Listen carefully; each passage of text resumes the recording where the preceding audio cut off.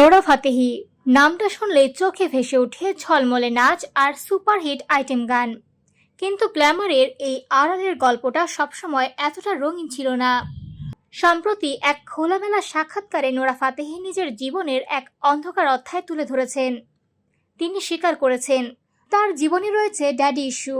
ছোটবেলায় মা বাবার বিচ্ছেদ, বাবার চলে যাওয়া, এই ঘটনাগুলো গভীরভাবে প্রভাব ফেলেছে তার মানসিকতায়। নোরা জানান, বাবার অনুপস্থিতি তার মনে পুরুষদের প্রতি এক ধরনের অবচেতন ক্ষোভ তৈরি করেছিল।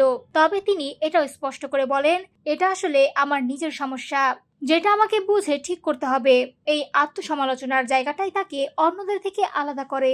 শুধু তাই নয়, তিনি আরো বলেন তার মধ্যে ছিল অ্যাবান্ডনমেন্ট ইস্যু, অর্থাৎ প্রিয় মানুষ হারানোর ভয়।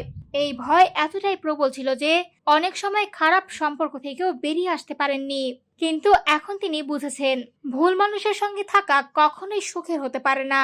নোরা আরো তুলে ধরেছেন নিজের জীবনের আরেকটি বড় সংগ্রাম, রক্ষণশীল পারিবারিক মূল্যবোধ আর আধুনিক জীবনের মধ্যে ভারসাম্য রাখা। এই দ্বন্দ্ব তাকে মানসিকভাবে চাপে ফেলেছিল। তবে তার মতে নিজের চাওয়া আর নিজের পরিচয়কে হারিয়ে ফেলা কোনো সমাধান নয়। এই যাত্রায় তার সবচেয়ে বড় শক্তি ছিলেন তার মা। আমার জীবনের আসল হিরো আমার মা। কঠিন সময়েও যিনি পাশে থেকেছেন, সাহস দিয়েছেন সামনে এগিয়ে যাওয়ার। শেষে নোরা একটি গুরুত্বপূর্ণ বার্তা দিয়েছেন, নিজেকে সময় দিন, নিজের ভেতরের কষ্টগুলো বুঝুন আর প্রয়োজনে বিশেষজ্ঞের সাহায্য নিন। কারণ সুন্দর সম্পর্কের শুরুটা হয় নিজের ভেতর থেকে।